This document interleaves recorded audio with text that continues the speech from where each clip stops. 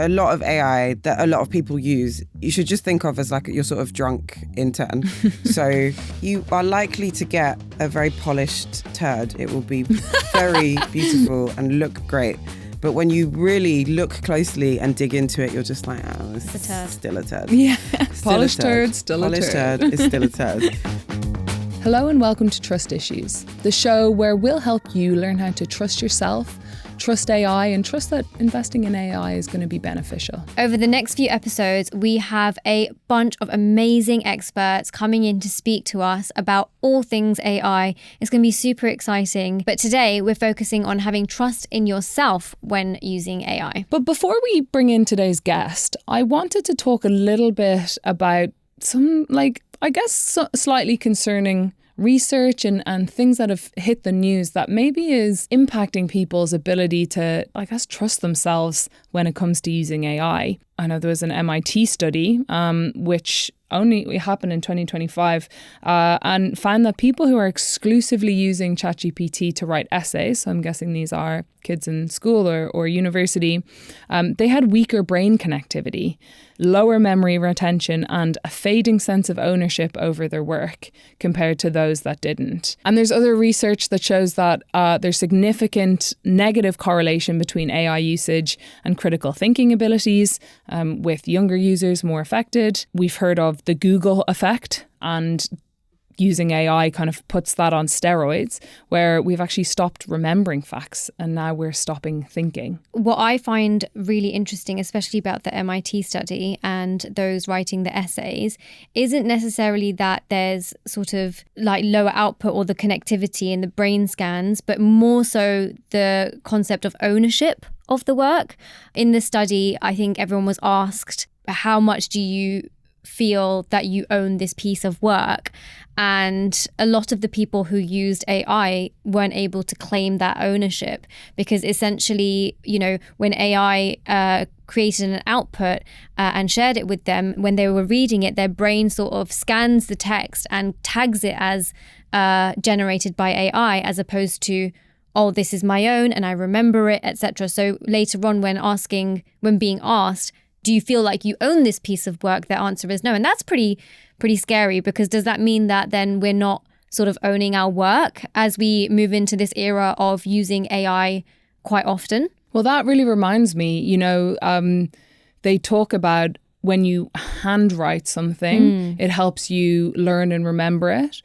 And obviously we don't do much handwriting anymore, right? So what's that impact been on our memory? But if we are outsourcing our creation of work and essays, what's that going to do? What impact is that going to have? Yeah, that does feel pretty concerning. But luckily, we have a guest today who's going to talk to us about the cognitive side of AI and how it affects our brains, which is super exciting, because I'm dying to know how AI has been affecting my brain. Absolutely. And she's also going to help us think about how to frame our use of AI so that we can feel a bit more confident and have a bit more trust in knowing how and when to use it and get the most out of it. Exciting. Florence is a product leader who's worked in AI and machine learning since 2019.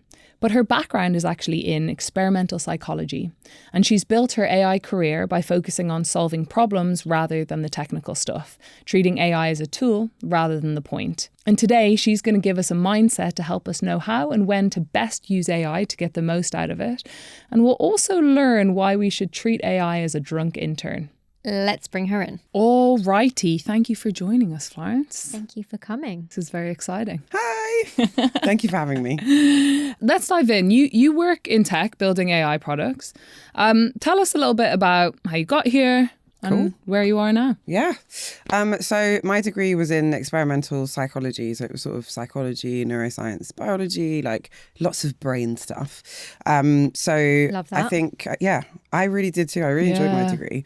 And I think it was literally because I'm really interested in like people, how they work, but in a really like sort of scientific way. So it was sort of, we don't know that much about the brain. I mean, we're trying to replicate it with AI whilst not knowing that much about our own brain. Classic humans. Right?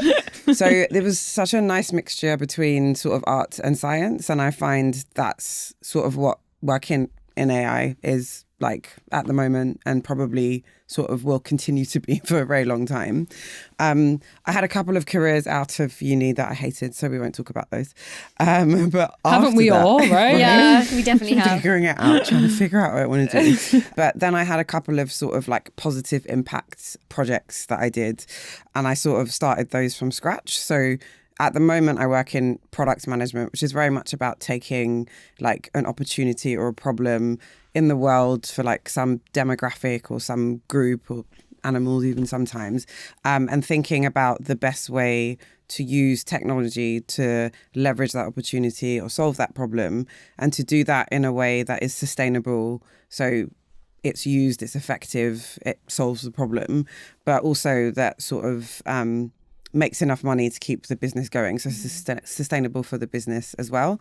So my first sort of foray into that world without really knowing what that world was my little projects. I was sort of like, oh, let me see if I can solve this problem or if I can solve this problem. And that was really fun. I really enjoyed doing that. This was just off your own accord? Or just randomly. Stunning. I mean, my brain needs a lot of stimulation. Love stimulation. Love that. Yeah. Putting it to good use. Yes. Yeah. Trying desperately. So that was really nice, like starting from nothing, just like a problem statement, and trying to think about how to solve that problem and like grow that problem, like grow that solution. That's how I found myself in product management. I didn't sort of know what it was, and then I sort of read a spec and I said, but that's what building a business is. We're doing a side project. Oh, you're going to pay me to do that for you? Oh, okay, cool. Yeah, Stability. nice. I'm already doing thank that. you. Exactly. Yeah. So, okay, thank you. Yes, I will have this job. Thank you. So my first product management job was actually in AI. It was in like 2019, before it was cool. Sorry, your first product management job was in AI in 2019? 2019, yeah. Wow. Yeah. So we were using machine learning models to match academic submissions to journals. So I worked at Springer Nature and we had 3,000 journals. Sorry, can I just clarify what you mean by machine learning? So basically, we were building an algorithm to try and look through each of the submissions and match the keywords in those submissions to the keywords in the journals. And in order to do that, we had to train the model to learn how to do that really well and do that really effectively. And then we had lots of feedback so that the model would get better and better and better. So that's how we used machine learning like back then. And it was great. I really, really enjoyed it. Experimenting with AI is really fun, especially if you're not like a technical person, because as a product manager, I had to think about, okay, what problem are we solving? How are we augmenting the human beings who were doing this work before we came up with this model? And how do we actually improve the models? How do we step away from the code and think about the actual real world application? I mean, two key things for me about what you said there. In AI role in 2019, I think we get so bogged down in the idea that AI is ChatGPT, which started in 2022, but actually this is a field that's been around for a long time, right? And under different terms and names and stuff. and been evolving. It's just that it's become mainstream in the last few years. And the other thing that you said is that kind of point around, I think there's a lot of mistrust around AI. It's kind of the reason that we're here. But there's also a lot of value that can be had, right? Like using AI, because it's a great pattern spotter and a great pattern matcher, to try and identify things that can make tools better, make products better, make customer experiences better. Exactly. One of the things I wanted to kind of dig into with you is this idea that like, okay, I'm not from a technical background. I might not, be able to code or kind of even understand what's happening technically here. Like, what is a mindset I can take when I think about engaging and using AI that's going to help me to understand its limits and understand how it works, but not in huge depth and still enable me to get to some good outcomes. A lot of AI that a lot of people use, you should just think of as like your sort of drunk intern. So we love that phrase. We love it. The drunk intern for sure. Yes. Yeah. So like you are likely to get a very polished turd. It will be very beautiful and look great. But when you really look closely and dig into it, you're just like, oh, this It's a turd. is still a turd. Yeah. Still Polished a turd. turd, still a Polished turd. turd is still a turd. So interns are incredibly like intelligent, really smart, cutthroat. I'm sure we all did this when we were like younger, very intelligent. Yeah. Want to get somewhere, want to get to the top. Exactly. But they have very little experience. And so they when I was an intern, we missed the nuances of how to like apply all this theory that, we got from uni or like just all like this the external information. factors, right? Exactly. Yeah. How to take that and apply it practically takes a lot of nuance and experience and like what we call edge cases as well of like, things coming in from left field and happening that have impact. And that's what they don't have. And then you add alcohol and then the level of confidence increases dramatically. And inhibition. Yeah. Exactly. And that's when you get these confident like models who are just like, yeah, this is absolutely factually correct. Like, I am right. Even when you prompt this. it, like, are you sure? I'm sure. Yeah, I'm sure. I'm sure. It's like me when I was younger and when I was drunk, I was convinced I could speak perfect Spanish. Oh, no. But was sober, all of a sudden, I really struggled. Yeah. I'm not sure. We've all been there. We've all been there. But yeah, I think that is the best way, like, that's helped me think about using AI personally in my work. Yeah. It's sort of different if you're thinking about building AI products, but I think that's not really the audience that we have. So Drunk Intern is the way to think about it, I think. Yeah. And then in terms of like the sort of tasks that I would outsource to my Drunk Intern, I think about this on different dimensions. So I love my job deeply, but everyone has parts of their job that they don't enjoy. Correct. So there's the enjoyment dimension. Then there's sort of how valuable is this thing? Like, Effort versus impact. Exactly. Yeah. How much effort as well. And then how much risk is there in this situation. So those are the dimensions I try to think about. And so it's the things that aren't enjoyable, that take a long time, that are sort of low risk, low value. Those are the things I'm sort of like, I should find a way to automate these things and shouldn't sort of be doing them. And so that's how I've started. Every automation I've done with AI has started from there because, as we were sort of discussing earlier, it's so overwhelming. There's so much stuff. There's so many models, so many different types of AI. There's so much you could do. So if you start from a list of like all these possible things you could do, that absolutely will overwhelm even And you might AI start experts. in the wrong place as well, and you'll get lost. Yeah. So I think it's thinking about, it's a drunk intern. What can I give a drunk intern to do that will make me more effective, make me happier, and allow me to focus on the things that I really need, my human brain for. Yeah, I love that. And I guess also it sort of prepares your mind to thinking critically about what you get, right?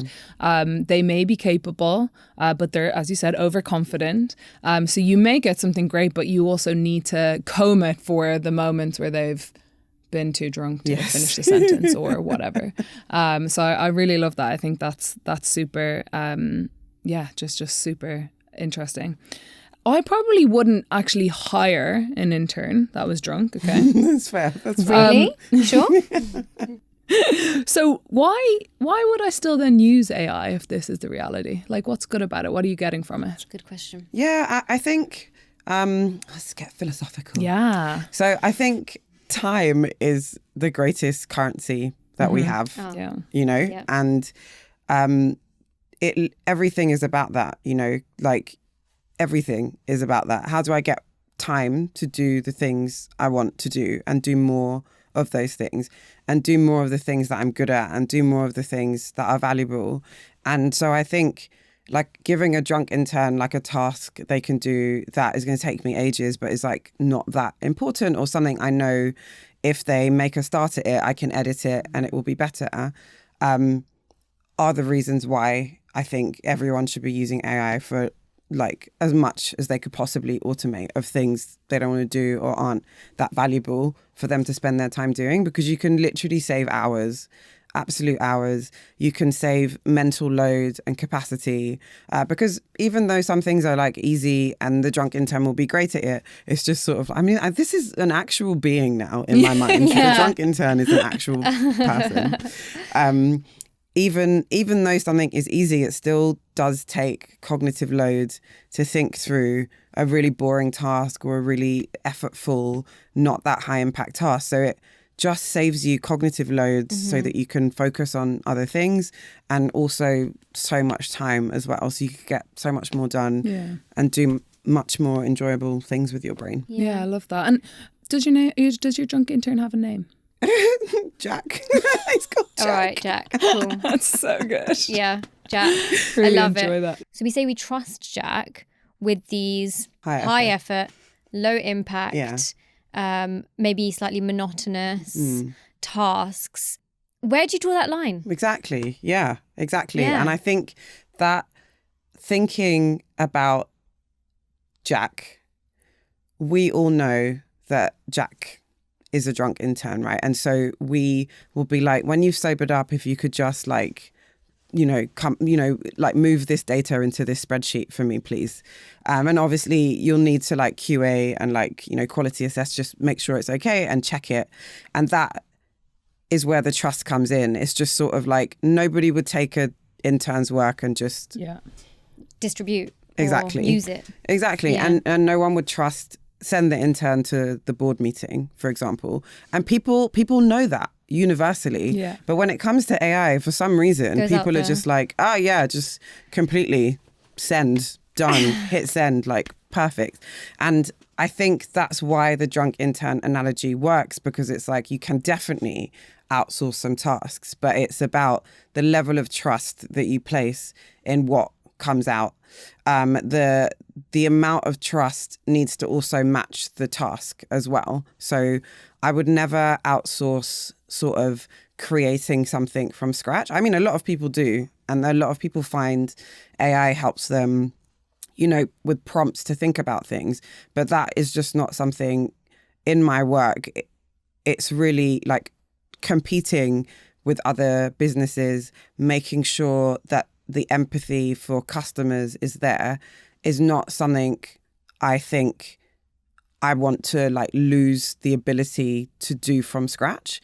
And when I do it from scratch, it's always a lot more sort of unique and personal than it would have been if I started with AI. But I edit with AI all the time. Sometimes I will ask it a prompt after I've done my initial draft and then use that to edit and sort of see, there's a different way to think about it or whatever. But the level of trust has to match the task.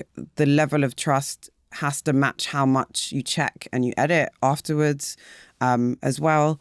And also the information that you give as well for chat experiences. I mean, I would have to go into like how dangerous that can be, giving the wrong information. Correct.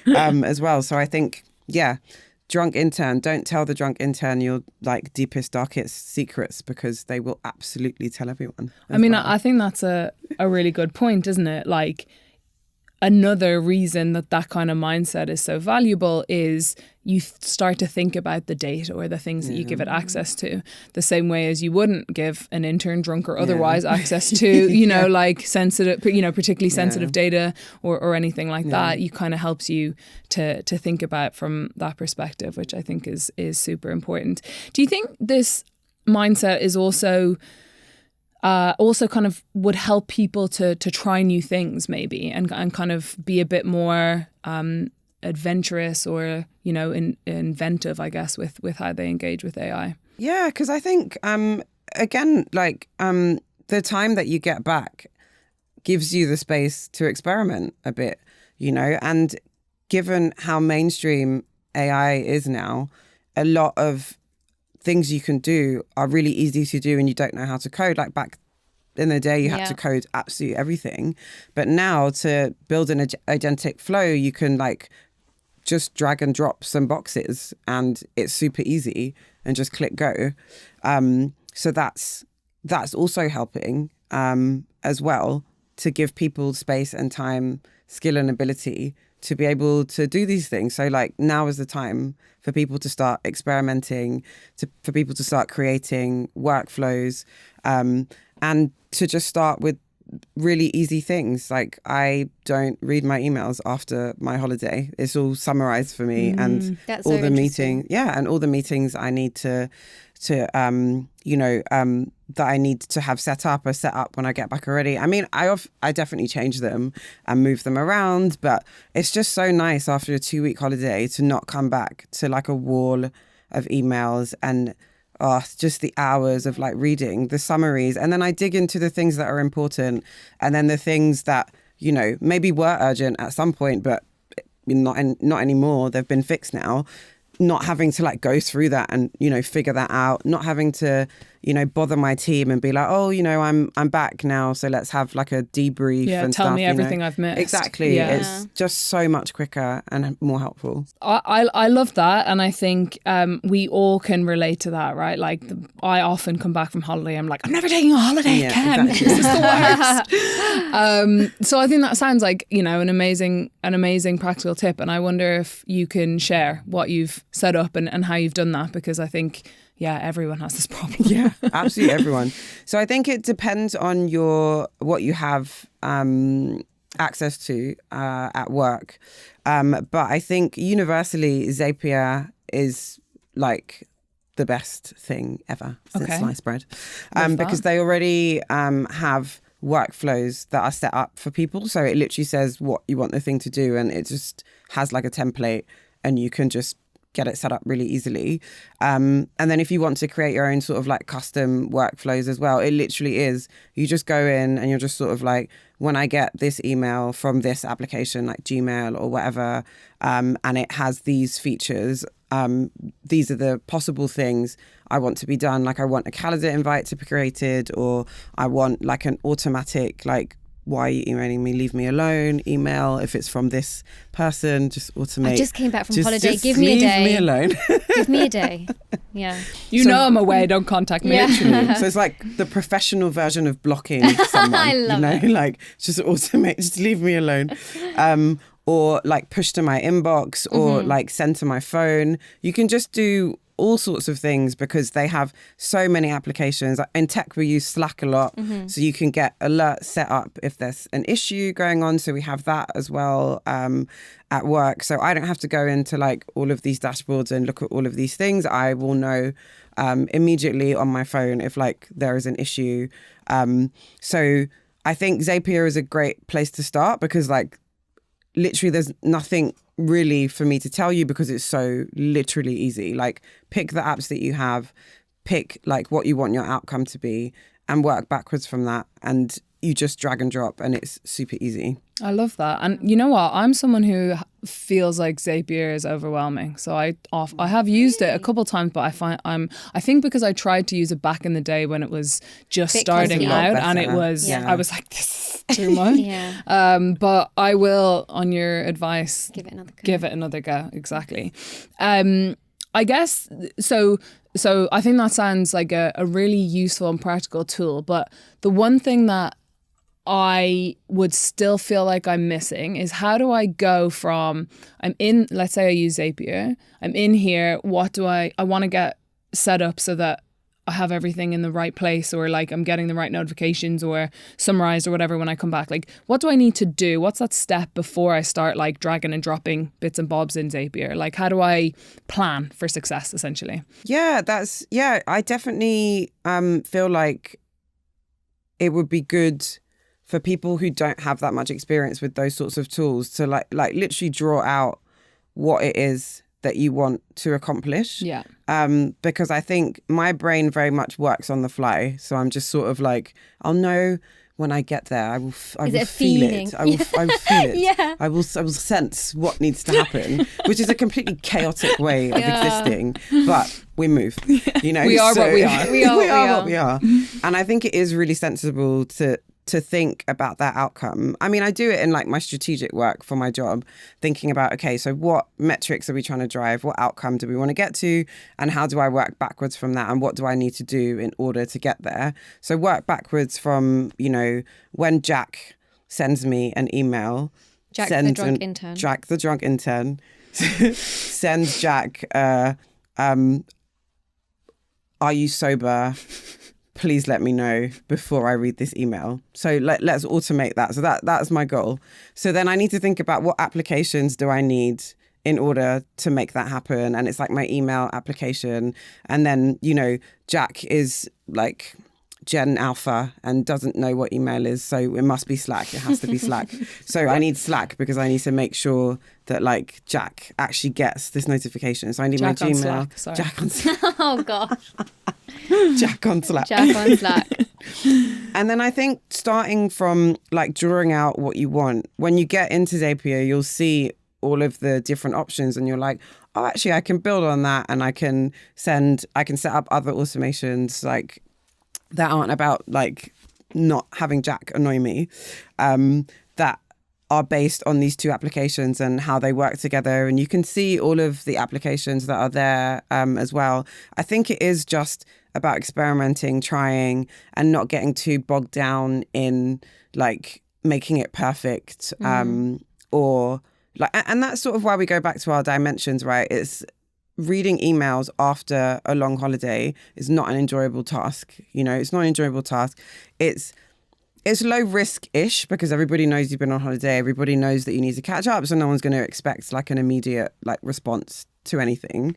And in terms of the value, me sifting through every single email I've received is not like a valuable thing for me to... Exactly. Yeah. And so that is a thing that the annoyance about having to do it will power you through figuring out this Zapier integration. Trust me, just go in there and you'll be able to do it. So we spoke about how creative AI can be. And I love how accessible that is to people to be able to just like, expand their thoughts and think of different things and learn everything. But my question is like, does that also sort of narrow our thinking because we're relying on one sort of tool to feed us? Yeah, there's a whole piece of thinking on how these new tools are going to impact learning and development. And to take it to a neuroscience place, because I'm obsessed. Yes, let's do it. The brain doesn't finish its sort of initial development until the age of 32. So, I know. I thought it was 25. I thought it was 25. No, it's 32. Yeah. Oh, right, okay. Yeah. That's okay. Yeah, it's 32. Still going. Yeah. Yeah. So at 32, the brain becomes very sort of stable. And I mean, I think we all know that happens. We all know that happens. And because I think like everyone talks about like your teen years as being this like chaotic like brain mass, and then apparently you're supposed to be like all good in your 20s. I was not. I was not all good in my 20s. Exactly. But I have also heard that at the age between like 30 and like 34-ish, people go through like a big shift in life, and it's in that specific time, like their early 30s, and it's something that their brain just kind of like thinks about everything absolutely differently. So, and I'm experiencing that right now, so I'm in that phase, so I get it. And I was somewhat surprised when you said that number, but now thinking about it, probably not so much. Yeah, it's just, at that time, the brain sort of, it stabilizes, personality and like intelligent become sort of quite set. The brain is definitely malleable and plastic. You can learn anything anytime this is it for you us? want to. No. Are we done? But there's no sort of major shifts until early aging.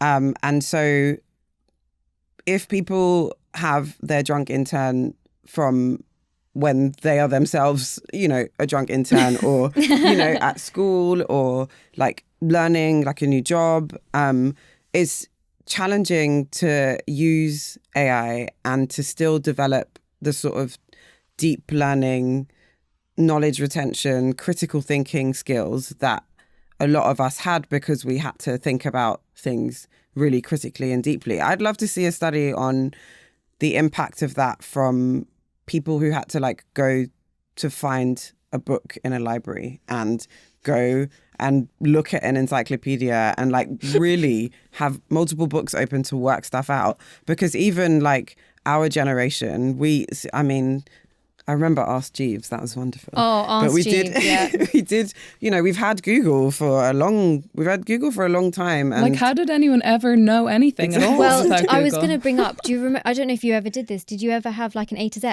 And then you, at the back, you looked up the coordinates of wherever you wanted to go for a map. And then, I mean, in theory, I don't think you never actually. I think so. I think at my parents' house we still have the A to Z. Yeah. On the shelf. Such and parent energy. Isn't it? yeah. Let me get the map. And we used to take it. It'd be like, oh, we're going here. Burrow, can you go look up the coordinates? Go get the page ready. Put a bookmark in. And I'm like, okay, cool. Bring the book with you in the car. If you didn't bring the book, I mean, pretty screwed. But now all of a sudden Google Maps, bish bash bosh, Waze, and like the police are sitting there, there's a camera there. It's like, it's just everything is like, and then you don't exercise that muscle of like, okay, I need to find those coordinates, I need to do the mapping and stuff. It's like, did you guys do Duke of Edinburgh? Mm-hmm. Do you know what Duke of Edinburgh is? So Duke of Edinburgh is, in a nutshell, when you have to go into the wilderness and survive. Is that right? Wilderness. Right. It was a wilderness movie. So basically it's like camping. Okay. Right? All right. That was an easier way to explain it. But you're given maps and you're not given, you don't have anything else. You're given a map, you're given a compass or something, you're given like tools to survive, and there's different levels to it.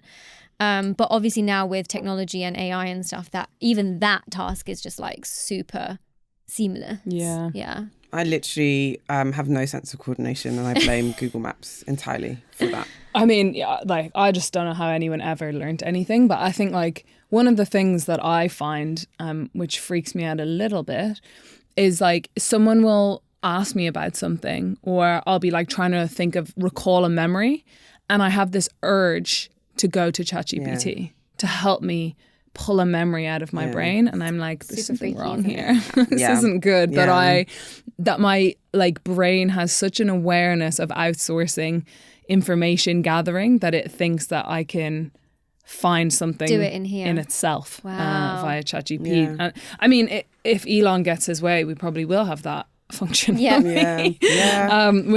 is a bit terrifying. Just requires a little chip.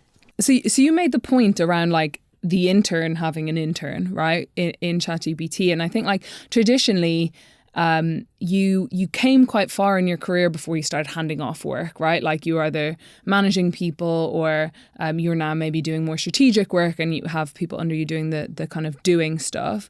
Like, how do you think that's going to impact people who are early in their career? It's worrying, if I'm honest. I mean, I was just hiring, and part of my interview process involves a task, and 3 of them had like the same first sentence, and I just sort of was like, guys, seriously? What was it? Just like, I can't remember. In a world where AI is taking over, No, but I've had the same thing. You know, there's no I think the biggest impact will, and this is why I always start from like a blank slate, is if we're all asking the same questions to the same models, we are not getting responses that are very different or varied or creative or personal. Also, the whole, use it or lose it is absolutely true for like cognition. Doing thinking tasks protects your brain from like dementia. Like it's genuinely neurobiologically not a good thing to not be exercising your brain. And, that advice has been given to aging people because that's when, stop going to work and you're sort of playing golf and, less likely to be using your brain every day. That is now an issue for kids, like who are just like, oh yeah, ChatGPT, like, the exercise on the developing brain is going away, which is worrying. So I think, I don't know enough about, AI and education, but I hope someone's thinking about it. I'm sure people are thinking about how we fix this problem, You'd hope but so, it is a problem. And I think in the workplace as well, getting stuff wrong is really helpful, with AI or in general? Just getting things wrong. I think with AI and ChatGPT and like everything's polished and it's perfect always, you don't get stuff wrong. It's that's just not helpful for development, personal growth and development, but also, thinking about what makes Jack different from the Drunk Intern, different from like a more seasoned professional is their lived experience, those things that went wrong, the things that went right, the difference between that, the emotion as well into, oh God, I feel so happy when I don't understand something and then I finally do. Yeah. And I've made the effort to try and figure out what's going on. It's just, I'm a massive nerd and I just love it, like that feeling. But, going to like ChatGPT and like reading an answer is a very different experience from that. And memory is always encoded in the brain with emotion, and that's why the things that we remember the most have the most sort of emotional impact. So there's so many layers of issues if we rely too much on AI, but at the same time, giving yourself time back, automating the mundane, automating the low risk is wonderful. So it's really is about finding the right balance, not too porridge, not too hot, not too cold, not too much, not too little, right. Exactly. Yeah. Well, I've spoken to like a few like junior people, and they and it was really surprising. And I think I've mentioned this to you before. It was really surprising when they said this to me, but they thought that AI produced better work than them. So. And it was a bit of a heartbreaking moment, because I kind of gave the work back and I was like, hey, like, what do you think of this? And what's your opinion? And, can we position it differently? Can we say something? I think it was copy. They said that, but this sounds really good, doesn't it? Like it's, and I was like, but did you generate it yourself first and then polish it? Or is it an idea that's come from AI? And it was an idea that came from AI. And they said that, oh, but I think it's better than an idea that I would have come up with. And I felt a bit sad because I was like, that's not true. It's not true. AI, GPT, it learns from, yes, an abundance of data. But like you said, your lived experience and emotions, they feed into your work and your persona, like way more, and that's how you produce authenticity, and that's really how you stand out. And just produce good work. I don't think people should feel like AI is better than them. Just helps them. So then I kind of want to question, are we at the risk of losing trust in ourselves or in our ability to produce quality work? Well, I think we're talking about kind of younger people here, right? And yeah, specifically. I guess the point is maybe they don't necessarily have the trust, or sorry, not the trust, but the experience to kind of know what is a good idea or kind of what's not, and kind of have the lens and the context. And that's impactful and problematic. And hopefully, as you said, there are people who are thinking about how we equip young people a little better, both in education and also like early career. I'm sort of like, I'd love to come back a little bit to the cognitive offloading sort of side of things, because this is, I think we've all probably experienced it, and I know that people have that creates a bit of fear around using AI, and maybe also a sort of sense of mistrust. I'm wondering, like, what is your thoughts about ways that we can kind of protect against this? Like, do you have any strategies? Like, obviously with the kind of neuroscience background, you're really well placed to talk about that. God, don't say that. So I think of Jack. Think of Jack. My neuroscience is just an obsession, a massive nerdy obsession. Just love it. You're among nerds here. Yes. But I think it's only outsourcing tasks that you would literally outsource to like a drunk intern, and just being really careful about that, generating new ideas for things is probably what a sober intern would do really well, but not like a drunk intern is not going to do that well, right? So I think only outsourcing the right tasks to AI. So again, on our dimensions, things that are like low risk, low value and high effort are the things that get outsourced. Everything else, I think, needs to start with a human being. So for me, I definitely always start from like a tabula rasa, like nothing, right? I'm actually going to think through this. I'm going to go through the pain of like having like nothing and just being really annoyed. It's just like, oh, why isn't my brain working? But like forcing it into gear. So you're forcing yourself to sit through the blank page problem. Okay. Absolutely. And I think a lot of people don't do that. I think I'm probably like not on the side of most people with that. I think it's definitely a lot of people, not easy to do. People might give up halfway for sure. Yeah. And I think that's the thing, is that people give up, you know, and they say that AI is better or this is really easy. And I think that's why the balance has to be right, because I feel like I have the time to do that important work because I'm not doing the mundane, like, you know, easy stuff that takes loads of time. I've like, you have to use AI to augment, to automate, and give yourself that time to use your brain in a more effective way for the more effective things that you enjoy doing as well. I mean, I've seen all the sort of like humanoid robots coming out. I really did want a Neo. I don't know if you've seen. I want one so badly. What do they do? It's a humanoid robot that just does everything, basically. It does all your chores. Like the robot in iRobot? Essentially, yeah. So I want one of those. Will it fold my clothes? Because I was Yes. never taught to fold and I cannot. I just can't do it. honestly, I know. Shove.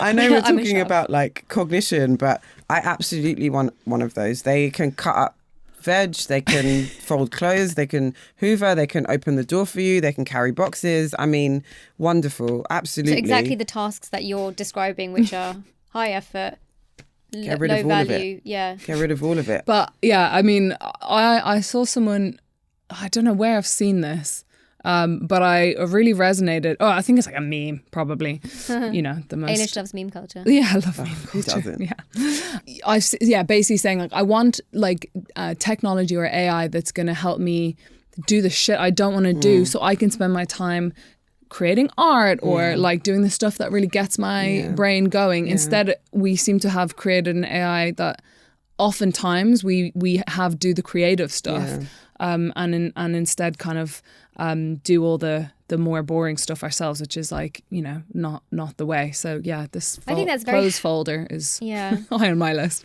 I think it's very habit building as well, right? Like to really kind of talk yourself into doing the hard things. Just kind of when you're presented with it's that whole thing about presented with two roads, right? The easy option or the hard option. The hard option, like the easy one, you'll get to your destination, you'll get there quick, but it might not be the right destination. But the hard road is that you go through the humps and the hurdles and you learn along the way and you figure it out, and then you get to a place where even if you're not at the right place, you are, because you learn along the way. So that is your reward. And it kind of feels a little bit like that, where it's like when you do push yourself to go through that process where you're not offloading the cognitive, you're learning, you're experiencing, you're adding value to yourself. And you're just bettering yourself as a person, really. Honestly. And like, I think another thing that I know people use AI quite a lot for, and I do as well, is synthesizing large amounts of information into something digestible. And whilst I do that, you know, if I'm doing like market research and I want to sort of figure out what's going on in my field and I want to be able to know a lot really quickly, that's really helpful. But in my role, when I've done that deep research myself, like literally like going and reading different articles, different papers, not reading summaries, there have been conversations that I've had where I've remembered something I've read which would not be part of a summary that has really helped someone to understand something. And that is because I deeply researched and I engaged with this process for hours rather than a quick just 1 hour, let's just get a summary, let's go back and forth with like whatever chat I'm using. And it's those sorts of things stick. And it's those unique things that stick as well. And AI is going to summarize something based on what is most important, based on like just what is most common in all of the sources. That will be the thing that will be at the top and will be summarized. But sometimes that is not what is the most important thing, especially if you're thinking about a really niche expert thing. Like the world's leading expert on neuroscience is the person I want information from, even if there are loads of like pop psychology articles that say the same thing. That's going to come up first in the summary. That's going to be the thing. There's no filtering by expert. I mean, I remember when like Google AI didn't even filter by date. You just something from like oh my gosh, I've made that mistake I'm like, bro, before. what are you doing? That was my drunk intern happening? mistake for sure. Yeah, I think I surfaced information that was like 10 years old. Yeah. I was like, Oh gosh. It's just wild. Yeah. So I mean, but then that's where AI is really useful, because I can generate a list of things to read deeply. I can look at a summary and dig in deep as well. So it's useful to have both, but to not sort of be like, I need market research, I need to understand this, ask the question, get the summary, ask a few questions, and then sort of move on. It's worth doing that. There's research I've read. I haven't, like, my degree was years ago, and I still remember some of the stuff I did because I was writing like 2 essays a week and doing like, I mean, I'm still bad at statistics. Sorry, professor, if you're listening. Still terrible. Thank you so much for your help. But, Needed AI for that, yeah. Oh, absolutely. So yeah, I think that you have to exercise your brain and go through the hard things. And I wish on everyone that people find jobs that they love, so that that's not such a taxing thing, because you can imagine if you're not enjoying your work, of course, just ChatGPT, get it done really quickly, and get it done to like a standard that's okay, rather than investing the effort to do it really well. And I think that's why like joy and how enjoyable it is absolutely one of my dimensions. I have a question. If there's somebody, let's say it's me, and I'm like, trying to get over this hump of doing the hard thing, what would you say to me to make sure that I do that hard thing? Everyone's brains work really differently. So I think for me personally, if I'm really struggling with something, changing what I'm doing is helpful. Okay. So like taking my dog for a walk, I'll definitely be like, oh, okay, cool. I've like, my brain is going now, and I'll write the thing down and then go back to it. That's works for me quite a lot. Switching to like another work task as well. Sometimes like doing something really mundane and boring and doesn't require much cognitive load gives my brain a bit of like a break to sort of not focus on that thing anymore, keep the wheels spinning, but not too hard. And then I'm just sort of like, oh, okay, something I'm typing will just suddenly remind me of like something useful that I want to do with that hard task. But also like talking to someone else about it is really helpful. And I think peer assessment, is really good. And yeah, I mean, AI could be useful in that scenario, but you do then limit yourself because you narrow yourself down to what the AI has said and like building on that and like growing from that rather than coming up with your own thing. And I think it works for some people. My brain doesn't really work that way. So we talked about the mindset of having a drunk intern, right? Like handing over stuff that is high effort, low impact. And you gave that example of the kind of market research. Like, I think that's where, to me, there's nuance, right? Exactly, in theory, that is a high effort. I mean, it's not a low impact piece of work, but like there's a lot of effort. And that is something you might hand on to an intern. But as you said, there's real value in doing it yourself, right? Do you have like a pattern or like, some way that you kind of assess when or what you do yourself, or sometimes going like, let me just go and do this whole thing from scratch so I know I still can. Like what's your thought on that? Yeah, I think it's everything on those dimensions really. Again, it's just sort of like, is it going to be enjoyable for me to do this task or this piece of work? How valuable is it for me to do this. And there's lots of dimensions within value. So thinking about like my cognition, how good is it going to be for me to actually think through this, which is sort of the same dimension as enjoyable, because I'm just sort of like, oh, might be interesting to think about this and to look at this. Other times it'll just be, oh, I don't care. I don't want to do this. It's really valuable for my job, but like for me personally, so just thinking about that as well. And then, yeah, like how much effort is this going to be? Even if something's really enjoyable, do I actually have the capacity and time to do it? And what is the risk? If I'm doing something that is not going to have that much impact, it's just a passion project or something, that's a completely different thing to, I need to produce like a document that's going to convince someone in a C-suite to do something. So if it was that latter one, I definitely would be doing a lot of that myself. I wouldn't want one AI generated word in my deck anywhere. Honestly. The fear. So yeah, I think it really depends. And I do try and look at everything on those dimensions. And I always start with the task, as you say, not, I have AI, what can I use it for? But I have things I need to do. And some of these things can be automated because they're low risk, like high effort, not that valuable. So automate AI, let's use it for that.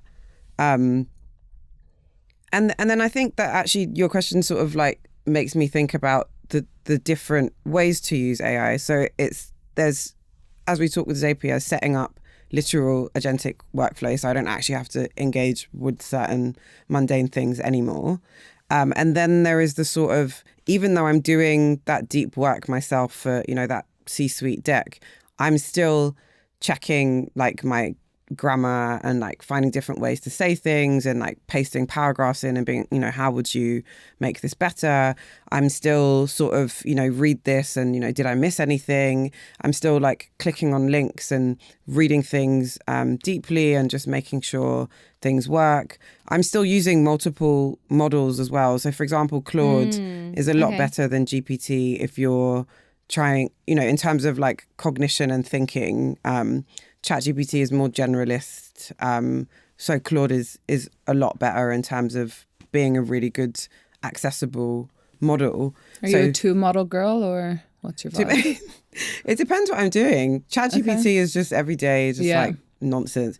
And then if I actually want to do like actual work, then absolutely Claude. That's the exact way I divide it up. That's really interesting. It's like chat personal, Claude work. Yeah, exactly. Absolutely. Some like to chat, like asking all these like really erroneous questions, and then Claude just knows about work. Exactly. And I think that's the thing as well. Like AI is so much more than, the models that we all use every day. I ran an ultra marathon this summer. It was wild. It was the worst thing I've ever done in my life. But I'm very proud of myself, and I will absolutely absolutely do it again. Love that. But I could barely move, and I hope this is afterwards. Yes. Yeah. Okay.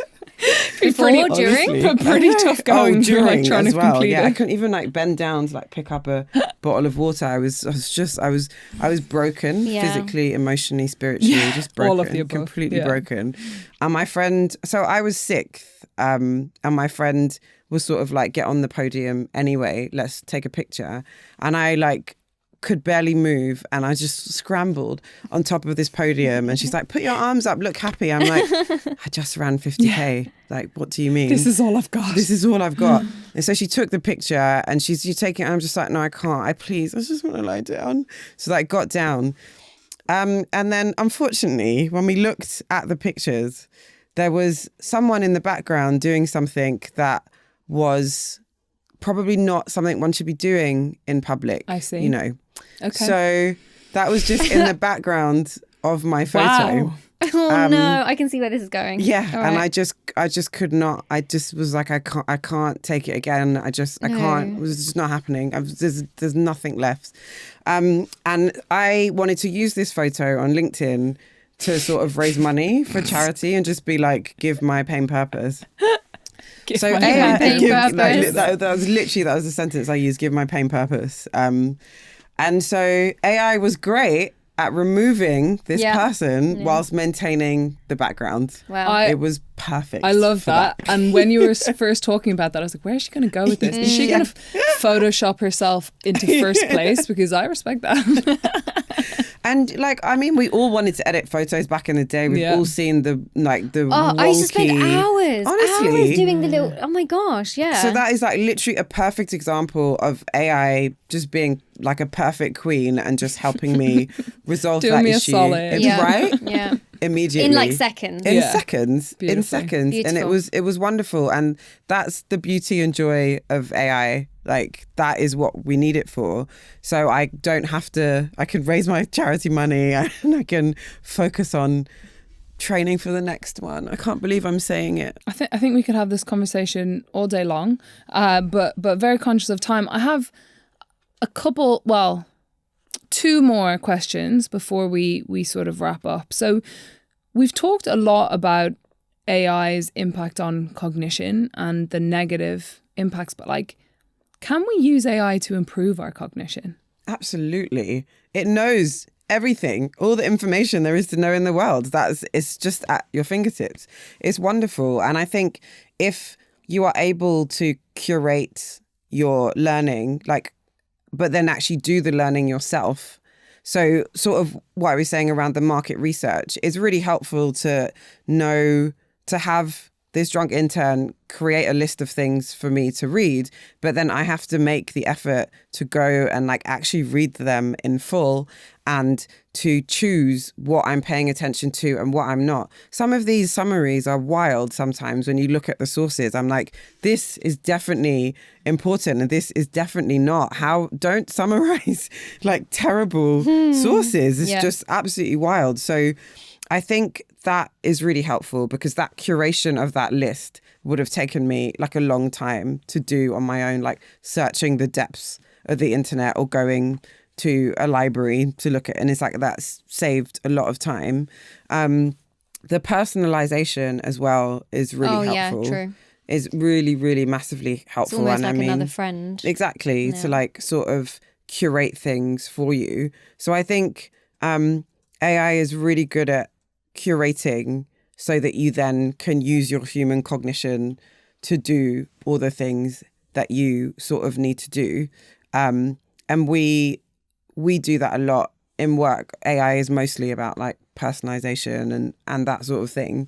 So I think it's really good at that personalization, especially for like kids who struggle with, when I struggled with statistics, like there are certain things I had to look up in textbooks, which now I could just ask like GTP, what does this mean? How do you do this? And then go and like learn, what does that like actually mean? How do I use that? How do I practice questions? So it is absolutely useful to have the world's information at your fingertips, but you have to engage with it. Is just reading summaries and just sort of copying and pasting and not like engaging with the material. It's the same when people, it depends what sort of memory you have really, but there were definitely things at school that I just, I didn't understand any of it. I just luckily remembered it and regurgitated it. And I will never, that was a waste of time. I mean, we can talk about the education system all day, but it was an absolute waste of time. I didn't learn anything. Yeah. And it's sort of the same, you've got even more information at your fingertips immediately. It's just about what you do with that and how you use that. And if you don't engage with the material in the right way, then it becomes negative. If you do, then that's so powerful. I know one of my old bosses, his son was like struggling with like a subject, but he's like, his son's really into cars and photography and stuff like that. So he basically took his syllabus or whatever it was, uploaded it to GPT, and then basically got it to create a test on the syllabus, but asking questions about like using like examples of like cars and this and that. That's one really, really cool use that I found. And then another one, which is slightly like more for like the younger side of things, but basically there's an idea where, you know, like as a toddler, if you're afraid of something, or as a 5-year-old, 6-year-old, you have a fear of something. Basically, there's this sort of business idea where you can answer a bunch of questions about your child's fear and like why it is what it is and where it came from, whatever, all of that stuff. And then it basically turns it into a personalized storybook with pictures and generated images, which helps the child kind of get over this fear or whatever it is that they're doing. And it prints and you upload a picture of the child, and then it takes that picture and uses it within the book. And I thought that was just such a fabulous idea. And these, I think, like really cool ways to use AI to help us sort of improve our brains. Definitely. Yeah. Generative AI is really cool in terms of some of the stuff, you know, because like I cannot draw. I cannot create a film. I cannot create music. Cannot do these things. And sometimes you just sort of need to bring something to life.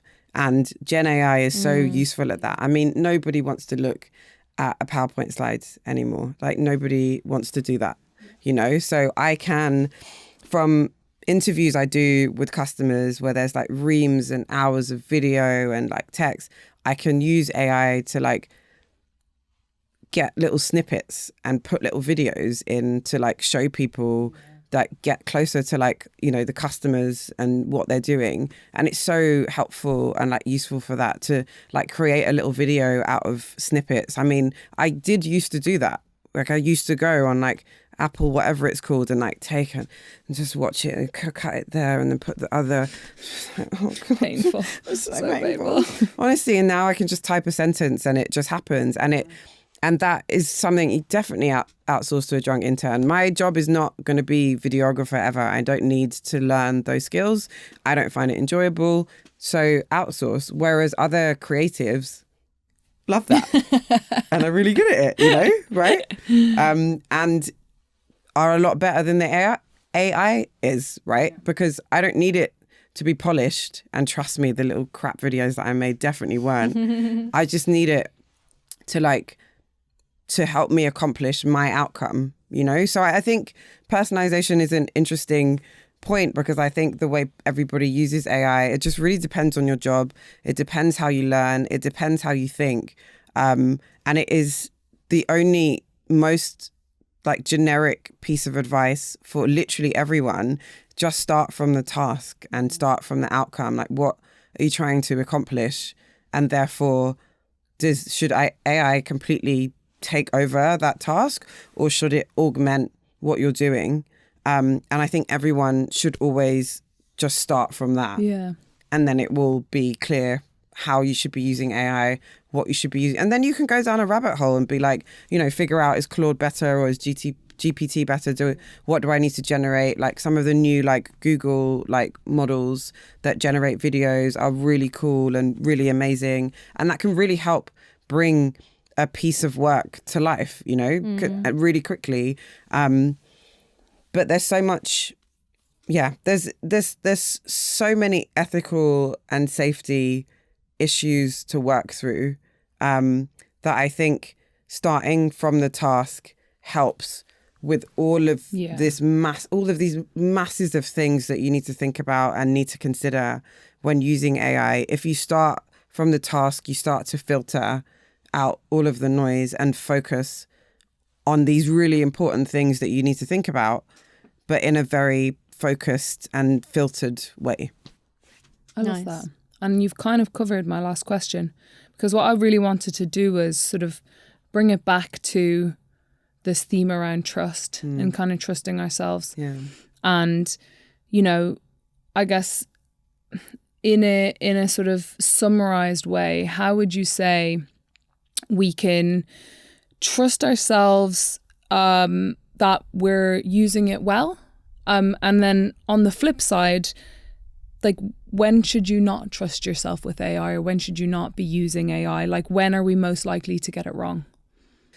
Yeah, I think it really does just depend on the outcome that you're trying to accomplish, what the task is, And just thinking about those dimensions, I mean, like, how enjoyable is it? How valuable is it? What's the impact? What's the risk, you know?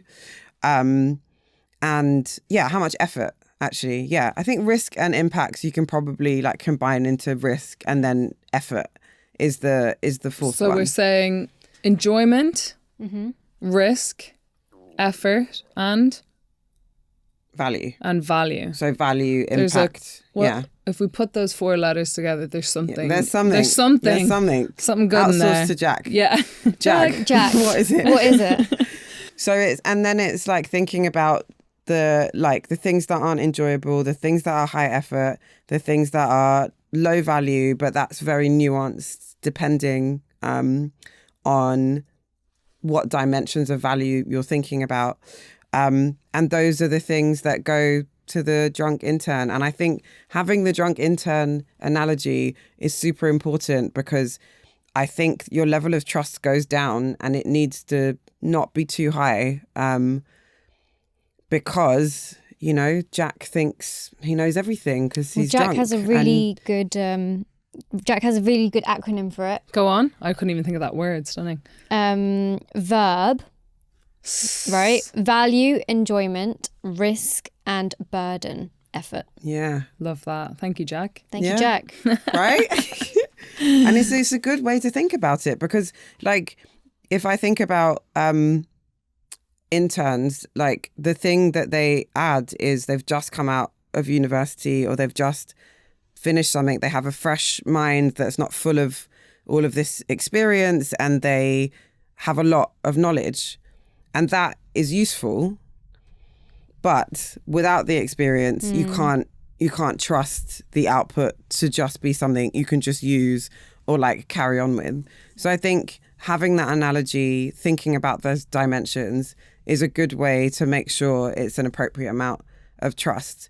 But another thing is sort of thinking, not seeing these models as like your friend that you have, or a colleague who you have like a continuous like relationship with because but I think if you take the same level of mistrust that you have with someone you don't know, then it's a pleasant surprise because it's personalized and it's really useful. But you're sort of like, oh, that was luck. That was a whim. That wasn't oh, I really trust you, you know everything, this is wonderful. It's just sort of like, oh, that's a pleasant surprise that you did that well. So I think that's another dimension, because every time I open up Claude is so mean to me. Really? Claude is so mean to me, but I need Surprising, to be fair. I need it. This is why Claude is better. Yeah. Is it? So I have moved from monogamy to I now use Claude. You're cheating. I am a cheater. Enjoy that. Yeah, I am. I condone it. For AI. For AI. Yeah.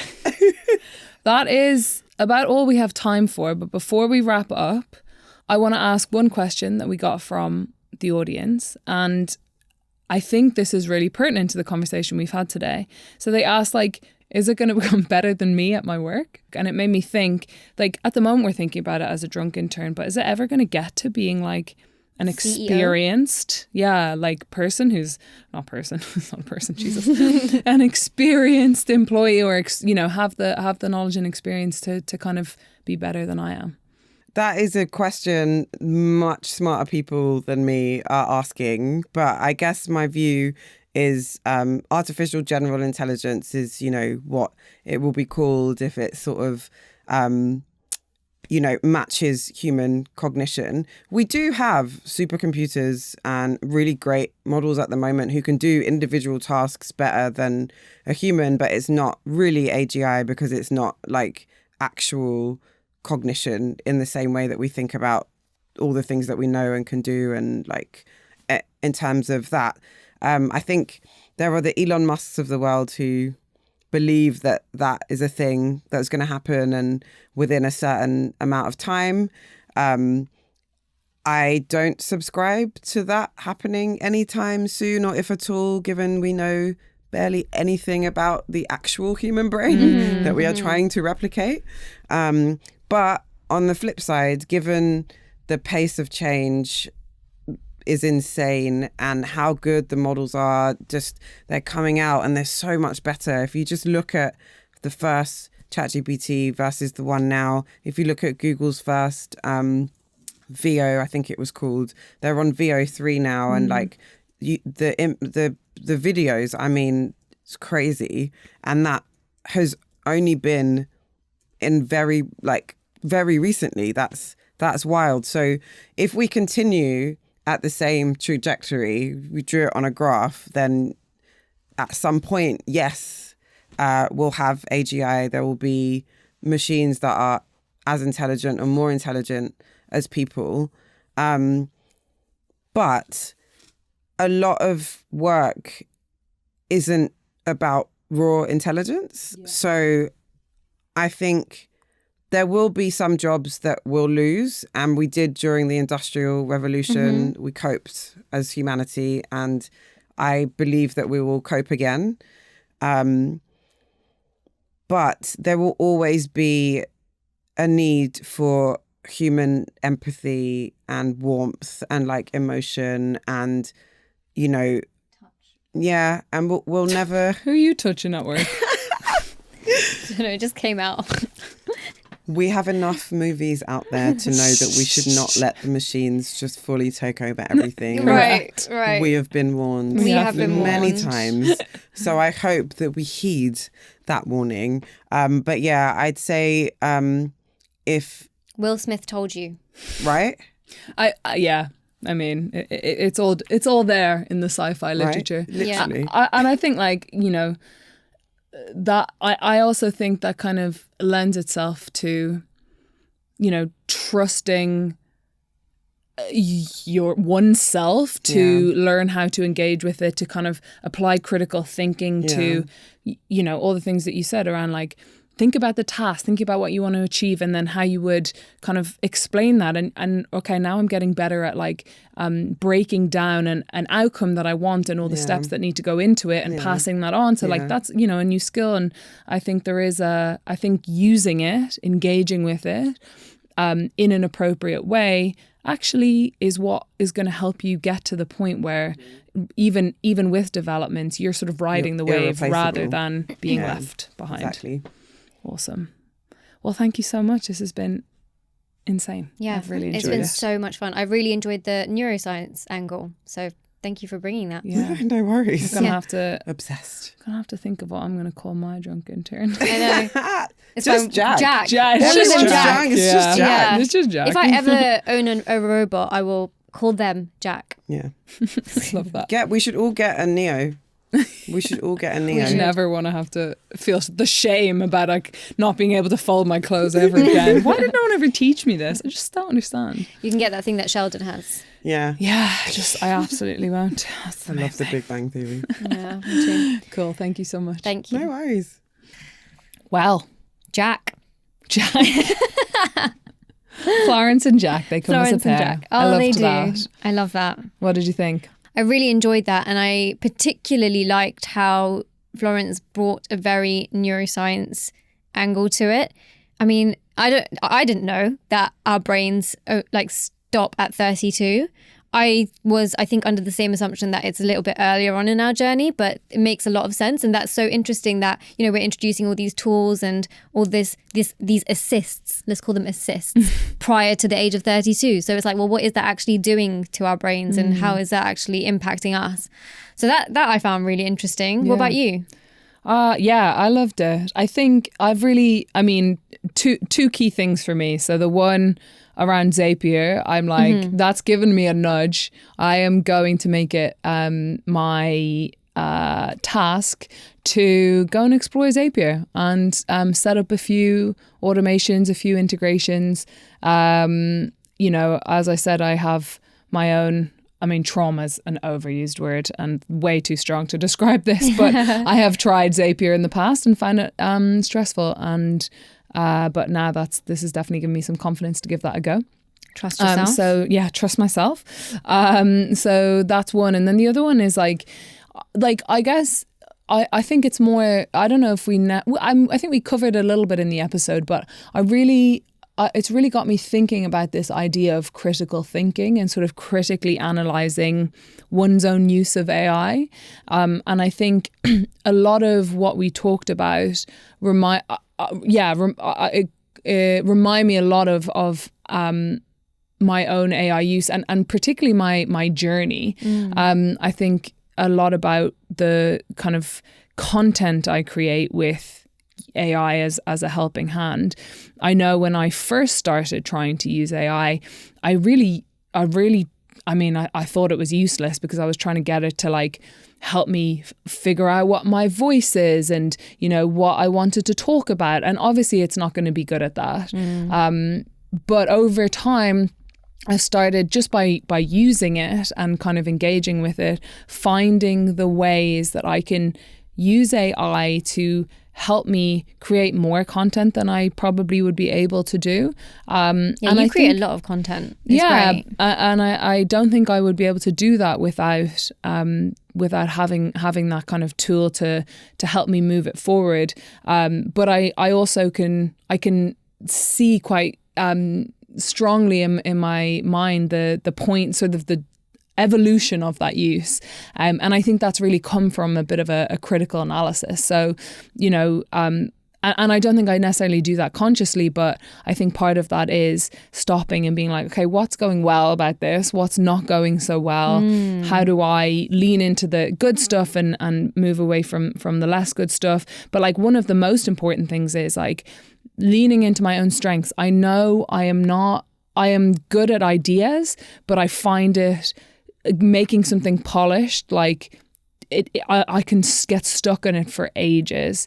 So taking that out of the mix, you're superhuman. Yeah, it makes me move so much more quickly. So I can stick some ideas down, I can get a draft, and then I'm good at like throwing in some edits, and then I get some updates. And that kind of back and forth, I think, gets me to good quality. It's something I enjoy. I'm still using my brain. But you start yourself, right? I start myself, but usually with like, I want to write something with these kind of key points, but it's super, and I mightn't have the ending. I mightn't know exactly how it's all going to fit together. And then I kind of get that guidance, and sort of just, my drunk intern, helping me kind of come up with ideas, because drunk and confident people are very good at coming up with ideas. They certainly are. But yeah, I just really liked that mindset of kind of being a bit critical and trying to understand, doing things and then retrospectively looking back and adapting as you go. I think that's really what we need to employ, especially with something that's moving so quickly. Oh, it's the moving so quickly that gets us. On that note, I also want to share the verb. Yeah. So I guess you can say, I will use the verb to decide whether to use AI for this task or not. And the verb, the acronym verb, is it high value or is it not? Does it bring me enjoyment or does it not? Is it risky? And is there a burden to it, which is also effort? So right? What we want is low value, low enjoyment, low risk, and high burden tasks. And those are the tasks that you can ask AI to assist you with. And it will probably fit better into your lifestyle and into the work that you're doing. Another topic that I really liked, which Florence brought up, was this notion of getting lazy by over-relying on AI. And I think that the takeaway there is that there is like a really important balance to strike. And I think that the verb sort of framework helps us to identify the opportunities to, offload those tasks that don't necessarily make us lazy, but make our lives easier. And then, like you said, give us that time to invest in ourselves and do the hard thing, which then kind of gives back to ourselves and basically stops us from being lazy and over-reliant on AI. What do you think? I think it's really important, and it really got me thinking about the importance of considering the impact of outsourcing anything or everything to AI on our brains and our development. And this isn't just important for young people who are entering the workforce or in education. I think this is important for all of us. We talked about doing the hard thing, and I think sometimes the hard thing is forcing yourself to do something that, you know, you could have AI do for you, just to challenge it to still do it. And I really loved how she included the enjoyment part in it, because,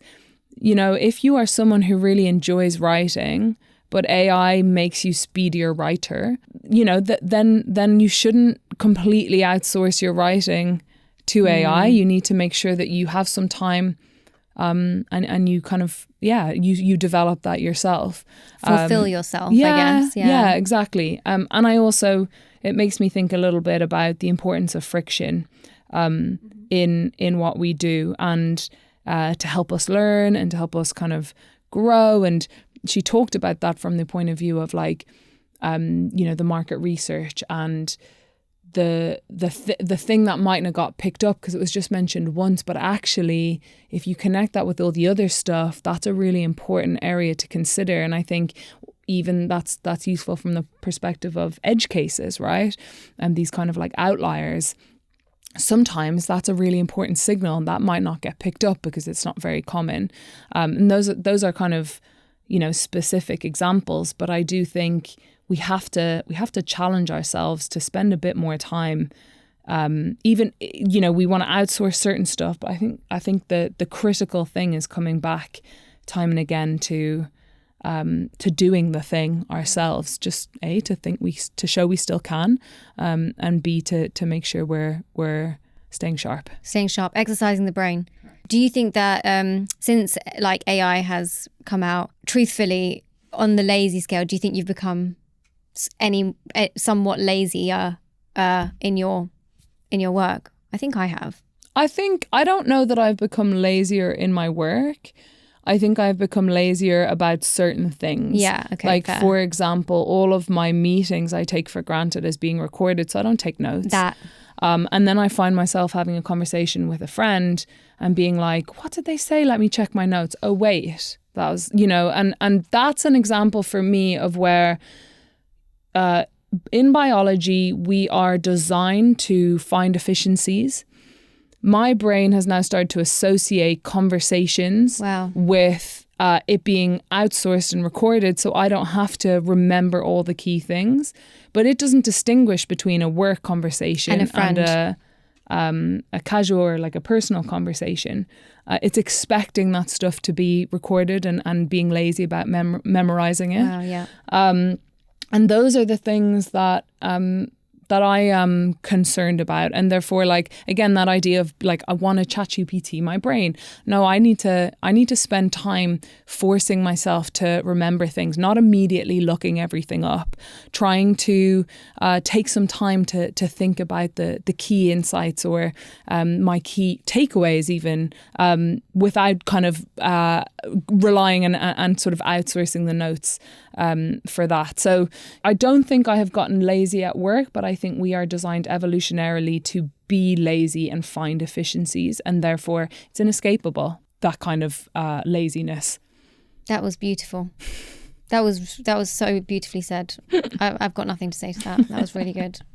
We've doubled down on the mindset this week, but there's a lot of terminology still flying around. I don't know about you, but you know, we talked about agents and LLMs.